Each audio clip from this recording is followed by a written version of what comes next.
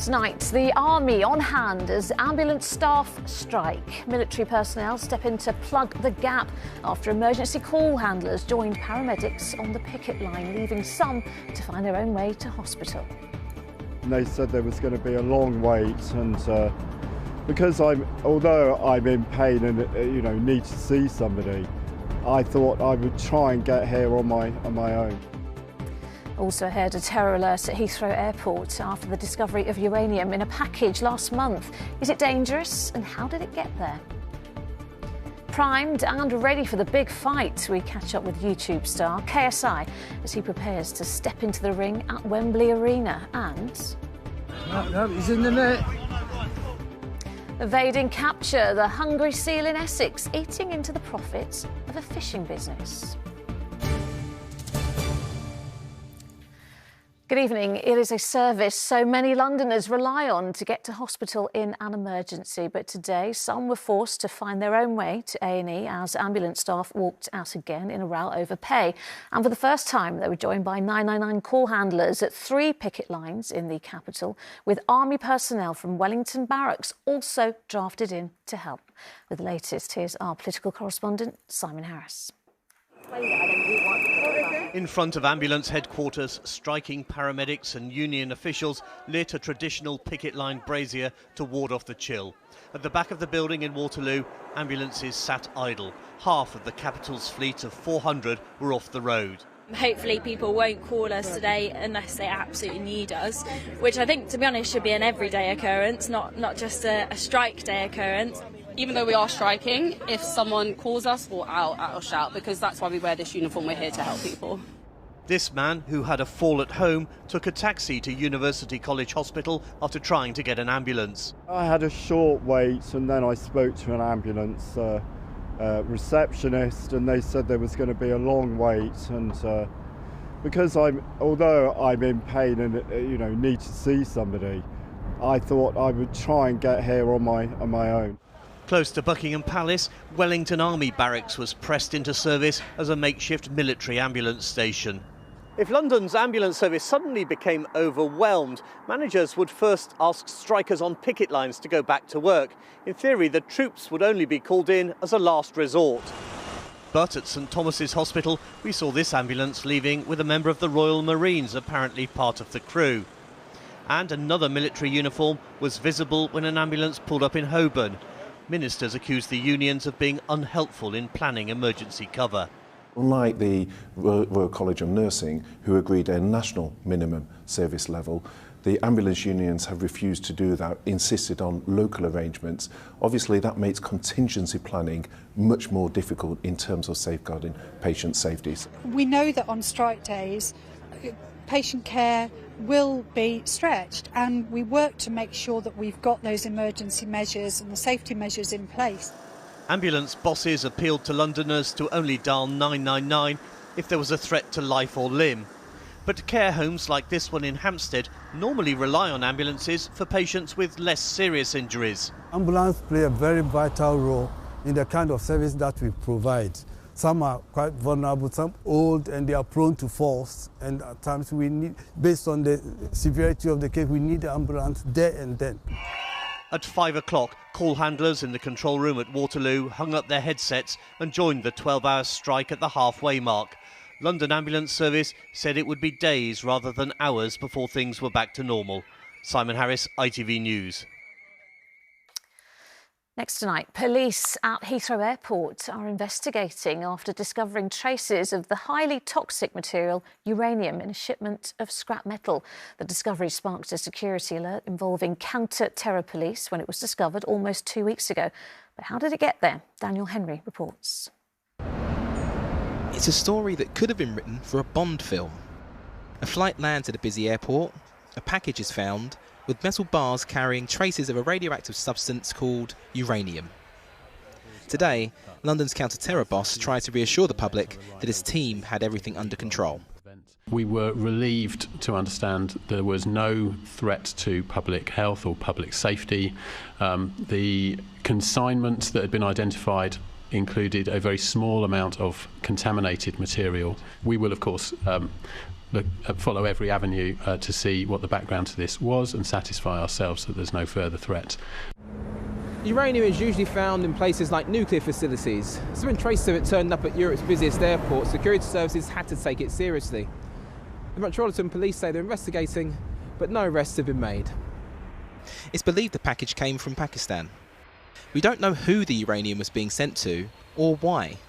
Enriched uranium could be used to create nuclear weapons, but it's primarily used for peaceful purposes, so in reactors to produce energy and research. And there's very, very strict international protocols and agreements for transport of these kind of materials, and the UK has extremely good detection methods. Worst case scenario, ingestion of a certain amount could potentially eventually cause cancer or damage to organs, but according to the current reports, clearly nothing like that happened at Heathrow last month.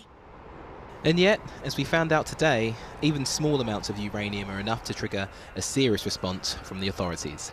Daniel Henry, ITV News. Some other news now. The boss of the Metropolitan Police, Sir Mark Rowley, has defended the use of stop and search, claiming that it can cut the number of attempted murders by more than 50% in crime hotspots. The Met has been consistently criticised for its use of stop and search and its impact on black Londoners. Well, the Commissioner said the Met is determined to ensure the tactic is directed at the right people. London bus passengers managed to escape a fire that broke out on board a vehicle yesterday afternoon in Portman Square. It comes after the Met Police announced it's investigating another 4 fires on London buses believed to be deliberately started over the last 10 days. But this latest fire is believed to have been accidental. And former Prime Minister Boris Johnson joked to Downing Street staff that this is the most unsocially distanced party in the UK right now. Allegedly during a boozy number 10 leaving do, and that's been revealed by ITV News in a new podcast on the Partygate scandal. A Common Standards Committee is investigating whether Mr Johnson knowingly misled MPs when he insisted all guidance had been followed at the event. Well, more on those lockdown allegations on the ITV News at 6:30. Here's Mary with the details. Coming up in the programme, a day of walkouts by paramedics and call handlers across most of England and all of Wales. We'll have the latest on the impact of the ambulance strikes and whether the dispute can be resolved. Well, Boris Johnson allegedly joked to Downing Street staff during a boozy leaving do in lockdown. Prince Harry reacts to the press coverage of his tell-all book on late-night US TV. And the Golden Globes are back, but has the controversy over them gone away? So do join me for those stories and more at 6:30. Well, next from us, the Mayor is facing questions over a possible record rise to council tax across the capital. It's emerged today that Sadiq Khan is considering plans to add almost £40 to the annual bills of a typical household, which will be another blow to those who are already feeling the impact of the cost of living squeeze. Our reporter Joe Koshan is here. Joe, what more can you tell us about this? Well, Lucrezia, this is expected to be the Mayor's biggest council tax rise since he came into office. A near 10% increase. In real money terms, that's £38.55 more on the average bill. For many Londoners watching tonight, hearing that may fill them with dread. It means typical households in Band D would pay just over £434 in the Mayor's new precept. This goes towards funding the Met Police, the London Fire Brigade, TfL, and it's in a separate pot of money to your borough council tax bill that pays for local services like street cleaning, potholes, bin collections. Now, when including this latest increase from the Mayor, which comes into force from April, annual bills will be pushed towards £2,000 for even more households, which one Tory councillor told us today is just unacceptable. When the Mayor took office, his share of council tax was £280 a year for Band D ratepayers. It's now set to rise above £430. We're seeing accumulated rises that are having a big impact on people. Rising household and energy bills are making a difference. And that's why I think that a 10% rise in the Mayor's precept for council tax is too high. Well, the Mayor doesn't have to hike his precept by 10%. That's a personal choice that he's planning to make after the government increased the amount that local authorities can charge residents. He was asked to justify this maximum increase, and in the midst of a cost of living crisis, he told the Evening Standard in an interview that unless we increase the precept to the maximum the government is telling us to do so, we will have less money for police, less for the fire service, and we will have to remove free travel for children and free travel for the over 60s. Well, we heard yesterday on the programme about the Mayor's plans to increase tube and bus fares by 6%. Coupled with this increase, it's another blow for Londoners tonight when they're struggling to make ends meet. Yeah, certainly could be. Joe, thank you. Now, it's being dubbed the sea life equivalent of arriving at a branch of Waitrose or a five-star hotel. A hungry seal in Essex has certainly struck gold after finding its way into a fishing lake full of carp and bream, and since then has been obliterating its stock. Workers from the reservoir are worried the mammal is costing them thousands of pounds because locals are now also banned from fishing in the lake. Carolyn Sim has the story. With his flippers flopped out and his belly full of fish, it's like this grey seal isn't lost at all, but on an island holiday in a food coma. He arrived at Rochford Reservoir almost a month ago and has since been gorging on its quality stocks of carp and bream. It swum down past the colony and decided just basically to haul out probably around about here, and then it's flopped up the bank, flopped its way up and then into this reservoir here. Marine experts say the seal has a minor injury to its flipper and a suspected blind eye, but is otherwise healthy. However, he really needs to get back to sea. It's not great for his own well-being because seals are social colony animals, and obviously he's being solitary at the moment, and that's not really normal behaviour for a seal. The chances are that this is one of last year's pups. It would have been born in the summer, so it's really a juvenile at the moment, and it needs to mingle with other seals. 2 rescue attempts have so far failed. During this one 6 days ago, they thought they'd got him. No, he's in the net. But watch top right. His head pops up. Quick, lift the arch out. And he's away. The man filming that was Graham Lee, who volunteers for Marks Hall Fisheries, the lake's leaseholders. Since the seal arrived, business has had to stop. It's cost Nick, who's the leaseholder, in the region of £2,500 to £3,000. In lost fish? In lost fish. And this is going to go on? Yeah, it's going to go on as long as that thing is in the water. A seal's natural habitat is obviously salt water. This lake is fresh water, but we're told as long as there's enough fish in the lake for the seal to eat, it can survive here for a very long time. Another rescue attempt is planned for next week. Until then, anglers have to stay away. And this pup with expensive tastes will be free to bask in the freshwater air and fill up on fine fish. Carolyn Sim, ITV News, Rochford. Next tonight, to the Golden Globe's glory in the heart of Piccadilly. Actress Kate Blanchett chose to be in the capital rather than Hollywood, despite winning Best Actress in a drama film at the highly political awards in LA last night. She's here promoting her new film, Tar. We'll hear from her in just a moment, but first, here's a look at the movie.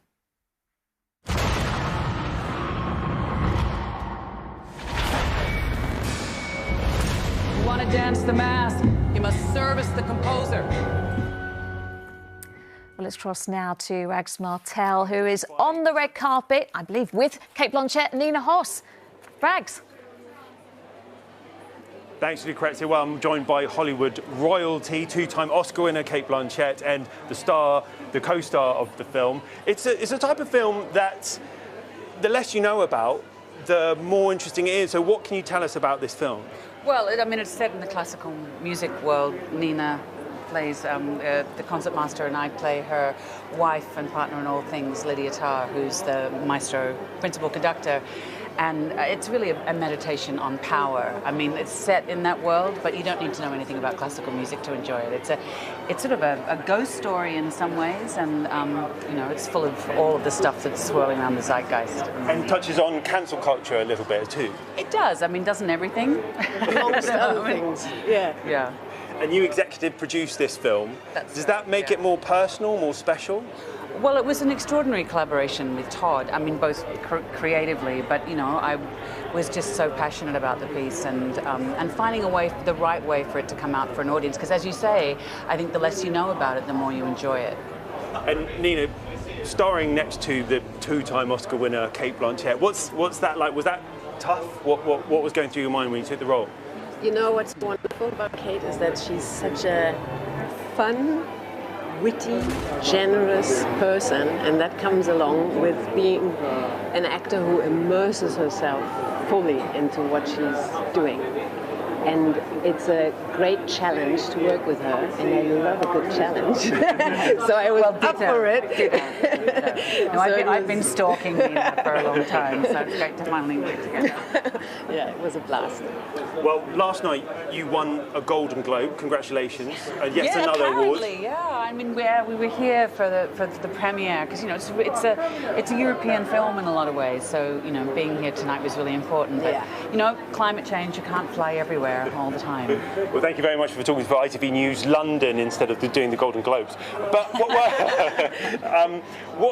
there was a bit of controversy about boycotting the Golden Globes. Several actors and directors didn't go. The Zoom coming in. Oh, really? Serious question. Yeah. I mean, would you, if you were in LA, would you have boycotted it?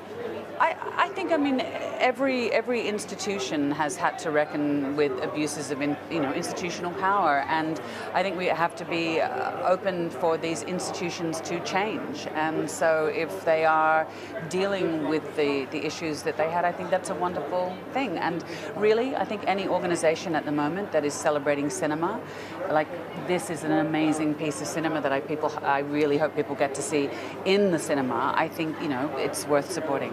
So would you have gone? Totes, yeah, totally. I mean, and it's also to be there. I mean, there's been amazing films made this year. Amazing, remarkable. I mean, it's apples and oranges, you can't compare them. But also a raft of amazing female performances, and I would have loved to have been there to celebrate those.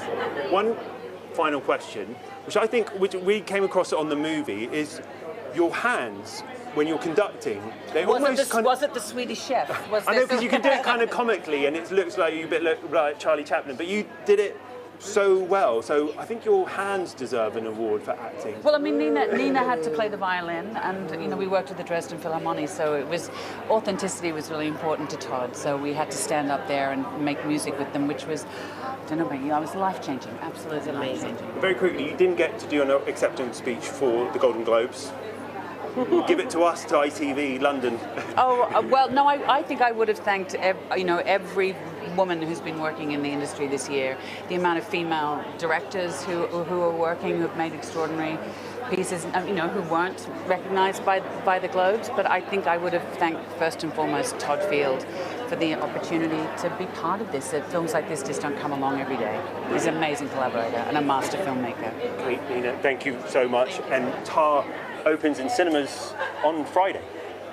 Go see it. Right. Some acting, royalty indeed, Kate Blanchett. Thank you so much. And Nina Hoss, of course.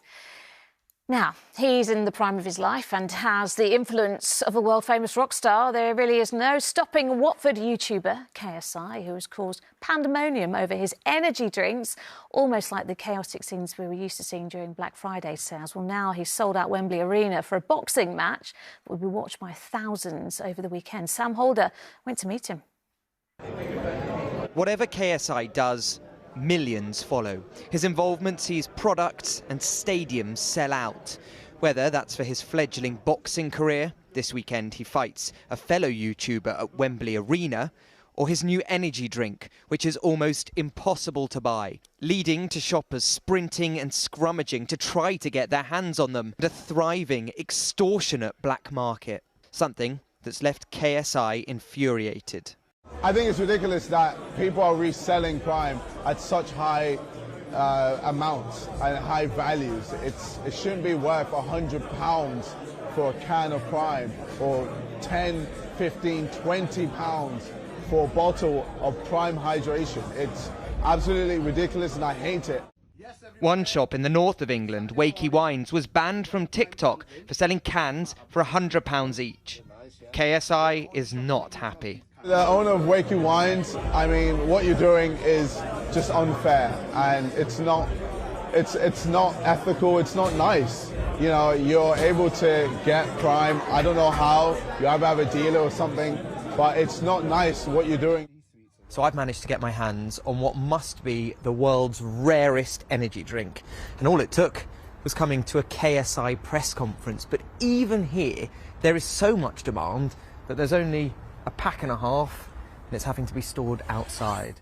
Potentially hundreds of thousands of people will pay to watch the fight online on Saturday. Many aren't even boxing fans. Do you think Prime, the boxing matches, do you think it kind of demonstrates the incredible influence you have over your fans, especially younger fans? And does that worry you at all?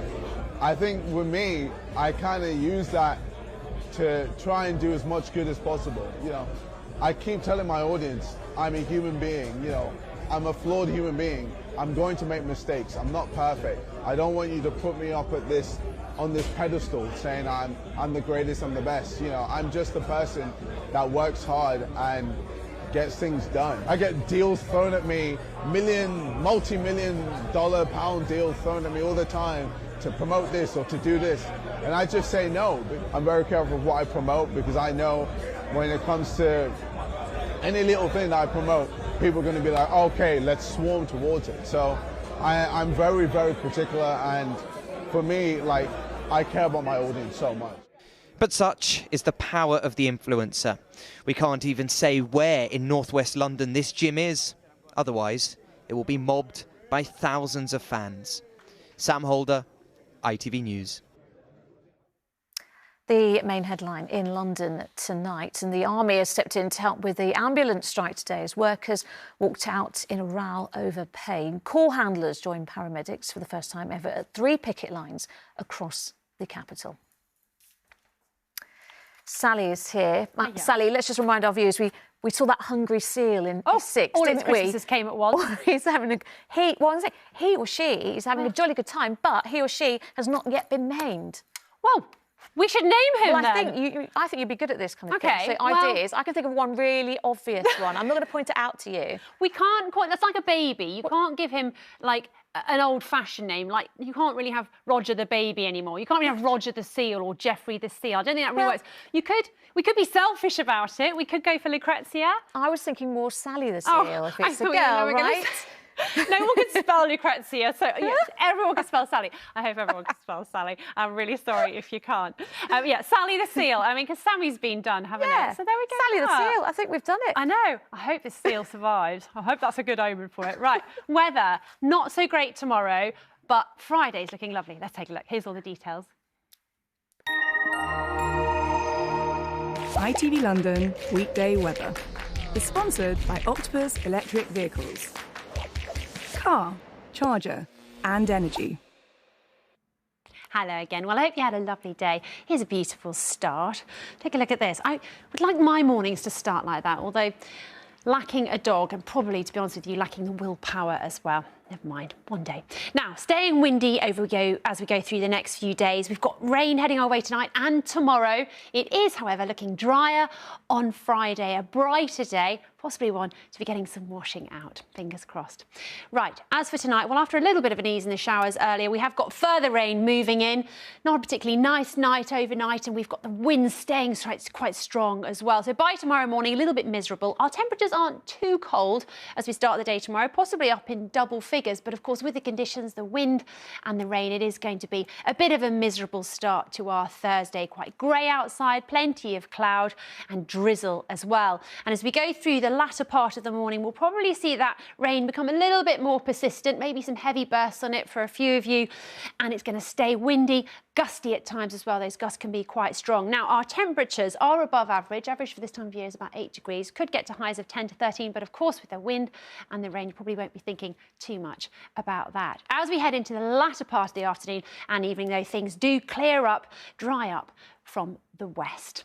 And then overnight, a few showers possible, and of course staying quite windy. But look at Friday, a brighter, better day, drier, still windy though, still blustery. There's rain overnight into Saturday, that rain clearing as we go through Saturday morning. Unsettled though for Sunday as well, but look at the temperatures by the time we hit Sunday, getting much colder as that air comes down from the north. ITV London weekday weather is sponsored by Octopus Electric Vehicles. And that's it for now. We are back with the latest after ITV News at 10. Coming up, Mary with the ITV Evening News. But from me and the rest of the London team, bye-bye.